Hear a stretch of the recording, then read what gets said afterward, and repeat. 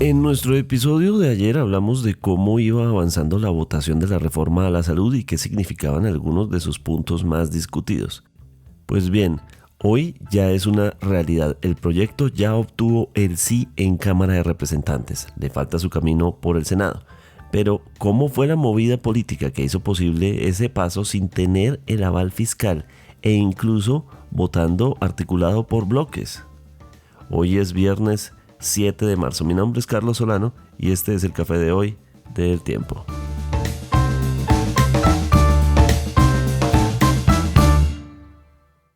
El Tiempo es un medio aliado de The Trust Project. Primero, algunas noticias de las últimas horas. Con respaldo de la institucionalidad, la registraduría presentó el que será el calendario electoral para las elecciones del año 2026, es decir, las citas que tendrán los colombianos para votar por presidencia y por Congreso. De acuerdo con estas resoluciones, las elecciones de Congreso se llevarán a cabo el 8 de marzo de 2026 y la primera vuelta presidencial será el 31 de mayo de 2026. De haber segunda vuelta, esa segunda vuelta sería 3 semanas después, el 21 de junio de ese año 2026. Esas son las fechas claves. Ahora, teniendo en cuenta los colombianos en el exterior, ¿cómo votarían esos colombianos en el exterior? Con respecto a Congreso, estaría previsto una semana del 2 al 8 de marzo y para la primera vuelta del 25 al 31 de mayo. Hay combates en Argelia, Cauca, quemaron una tanqueta del ejército y retuvieron a 2 uniformados. Estos hechos se dieron tras la expulsión de tropas del sector conocido como La Hacienda en el Plateado. Todo esto ocurrió hacia la mañana de este jueves en la vereda La Hacienda y a partir de ahí se han producido estos hechos mencionados. Donald Trump en Estados Unidos decidió que pausará hasta el 2 de abril los aranceles que había establecido contra los productos mexicanos. Esto tras una charla entre Trump y la presidenta de México, Claudia Sheinbaum. Y una noticia económica difícil es que la calificadora Fitch Ratings rebajó la perspectiva de Colombia de estable a negativa. Esto ante los desafíos fiscales que considera la evaluadora que enfrenta en estos momentos el país. A esto el ministro de Hacienda, Diego Guevara, respondió que si bien el país enfrenta desafíos fiscales para este año, el compromiso es mantener la sostenibilidad fiscal y el pago de las obligaciones del país. Sin embargo, esto no cambia lo que establece Fitch Ratings como una percepción sobre esa situación en Colombia.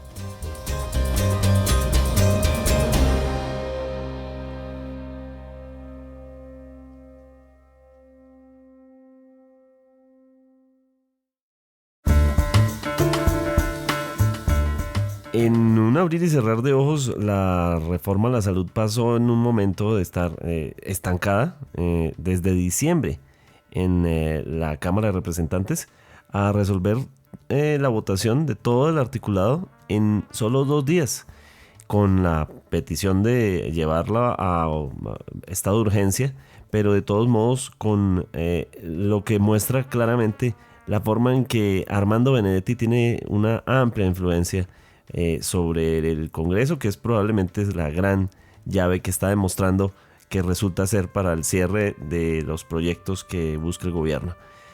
¿Cómo fue esa votación y en qué punto queda ahora la influencia de Armando Benedetti? Estamos con Mateo García, su editor de la sección política. Bienvenido, Mateo. Bueno, como usted bien lo decía, la reforma estaba estancada, se empezó a discutir en diciembre en las sesiones extraordinarias y definitivamente no fue lo que se esperaba en esas sesiones. La idea era que se aprobara toda, pero se aprobaron unos 30 artículos aproximadamente. Con eso se acaba el año, llegamos a enero y desde enero empiezan a decir que va a haber sesiones extra para culminar el debate de la reforma de la salud, pero el ministro Cristo se opuso. ¿Por qué? Él sabía que no tenía las mayorías, que estaba muy debilitados.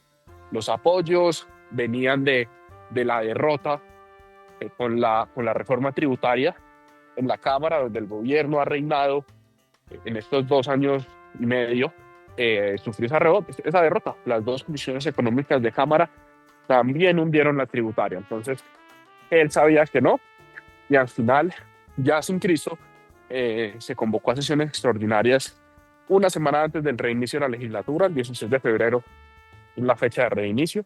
Se convocan sesiones extraordinarias y se aprueban 6, 7 artículos. Ya un desastre. Realmente no funcionó. Eh, Llega Armando Benedetti, ya el gobierno empieza a recomponer. Benedetti se reúne y el gobierno, con más de 100 representantes, el gobierno logra de alguna manera garantizar esos apoyos, entregando burocracia, entregando ministerios, eh, y otras entidades no tan visibles como un ministerio, pero logra mantener esos apoyos. Pero no se encontraron con que el representante de la Cámara, Jorge Tovar de las Curules de Paz, vicepresidente de la Cámara, iba a bloquear la reforma. ¿A qué me refiero con esto? Para que un proyecto o para que un orden del día esté agendado, debe tener la firma de al menos 2 de los 3 miembros de la mesa directiva de cada corporación, bien sea Senado o Cámara. La mesa directiva la conforma el presidente, en este caso Jaime Raúl Salamanca, y 2 vicepresidentes, Tovar de las Curules de Paz y Lina María Garrido de Cambio Radical. Tovar dijo, no, yo no firmo ningún proyecto hasta que no se apruebe la, hasta que no, hasta que no conocer el aval fiscal y hasta que el gobierno no empiece a cumplir con unas órdenes de la Corte Constitucional relacionadas con la UPC y otros asuntos. Eso estancó 2 semanas la reforma. Estuvo quieta, no se agendó, no se pudo agendar. La intentaron agendar vía proposición, pero tampoco se pudo. Y Tovar, de un momento a otro, dijo, no, ya sí me parece que el gobierno está cumpliendo con las obligaciones de la Corte y firmo. Eso fue el lunes, que se conoció que la reforma volvía este martes. Y ahí otra vez, cuando se pensó que ya el martes iba a despegar la reforma, se empantanó, por así decirlo, un poco por una cascada de recusaciones, que realmente ya recusaciones a 3 meses de haber iniciado un debate, claramente es una estrategia de dilación, y no se aprobó nada en la plenaria del martes. Eso el ministro Benedetti nos lo dijo a nosotros en el tiempo, que eso era filibusterismo barato de la oposición. Fue la palabra que usó, y el miércoles se destrabó todo. Benedetti se movió, hizo llamadas, garantizó las mayorías, y el miércoles aprobaron 24 artículos. Eso fue realmente pensamos que el miércoles se podría terminar aprobando.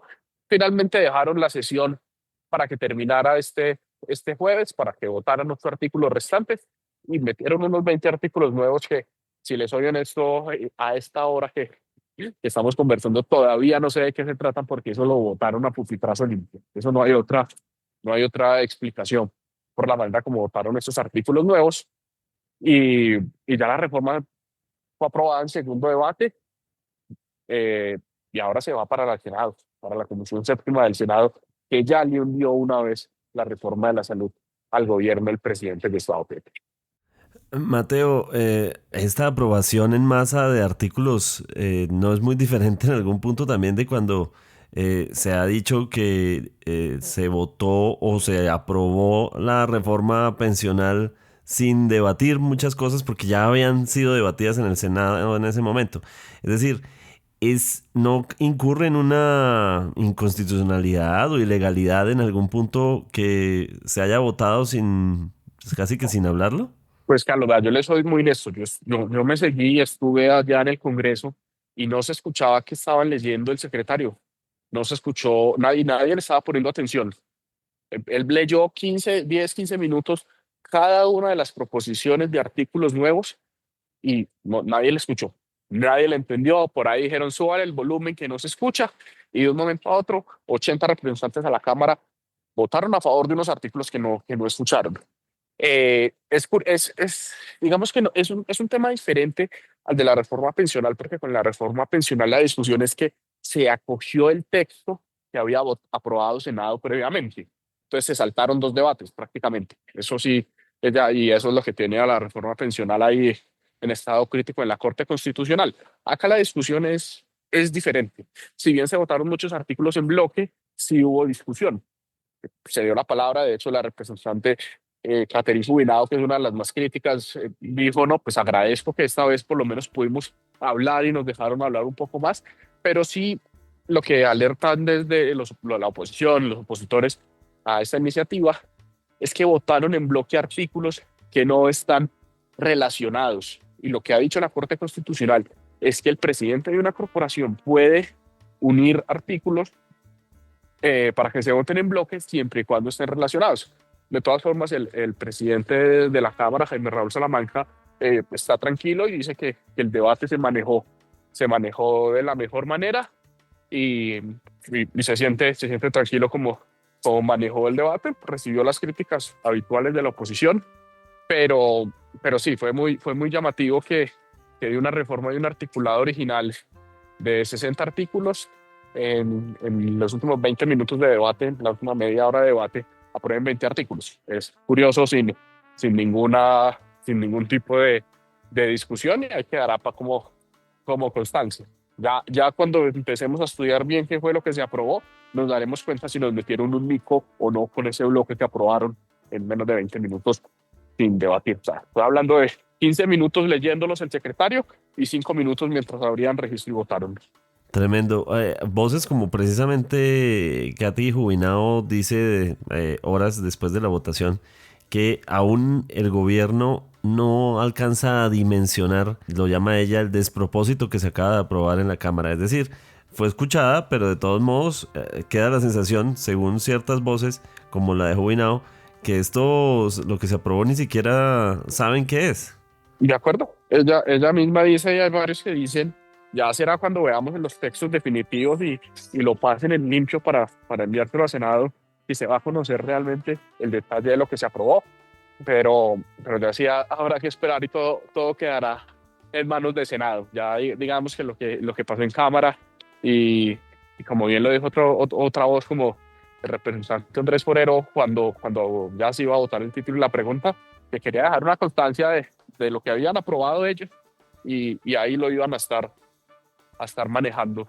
También le comentaba usted que en este proceso hubo entrega de burocracia, es decir, esto fue directo, sin medias tintas, ¿no? Sí, o sea, no se puede desconocer que hace 3 semanas le entregaron le ratificaron el ministerio del Deporte al Partido Conservador, que ya lo tenía, no al Partido Conservador, sino a una disidencia conservadora liderada, entre otros, por Ape Cuello.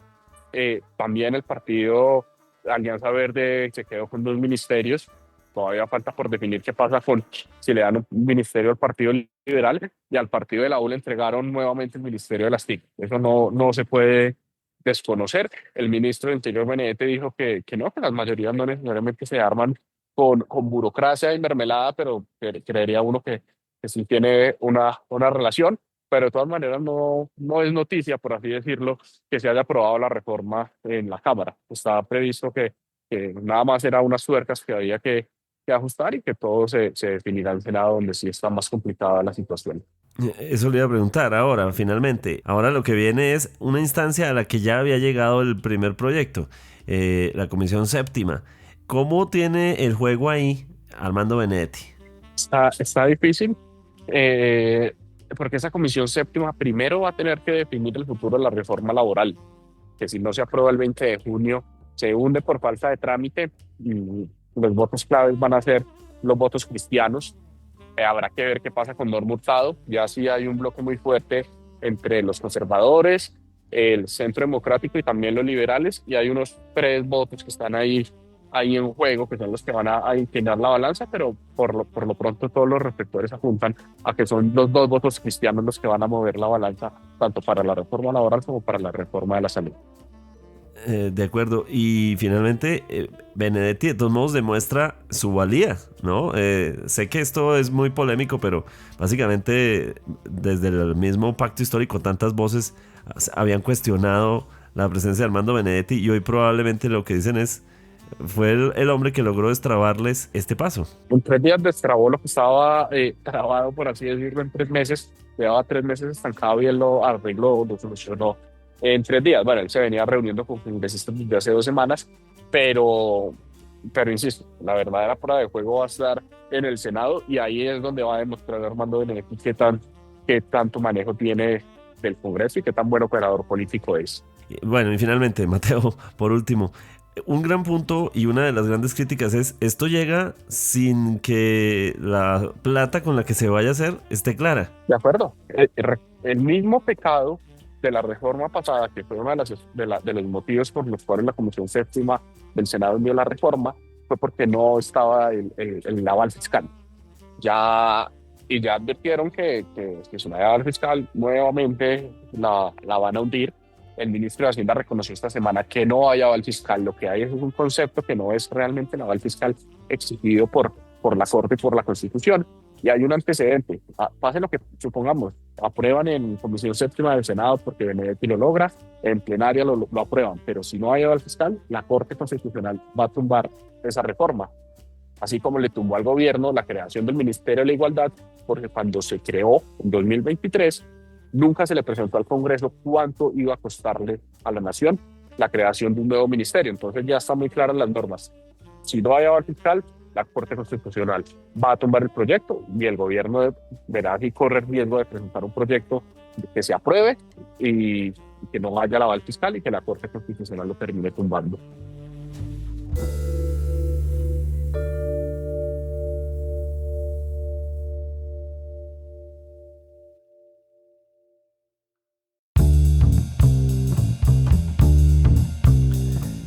Gracias por acompañarnos en el café de hoy. Suscríbase en todas las plataformas de podcast y en el canal de YouTube de El Tiempo. Nos encuentran también en Instagram y en X como @podcasteltiempo. Además, si quieres recibir a través de WhatsApp la notificación de cada nuevo episodio, siga el enlace que se encuentra en la descripción o envíenos un mensaje con la palabra suscripción al teléfono 320-300-5327 y haga parte de la comunidad del café de hoy. Mi nombre es Carlos Solano y nos volvemos a escuchar el próximo lunes. Podcast El Tiempo.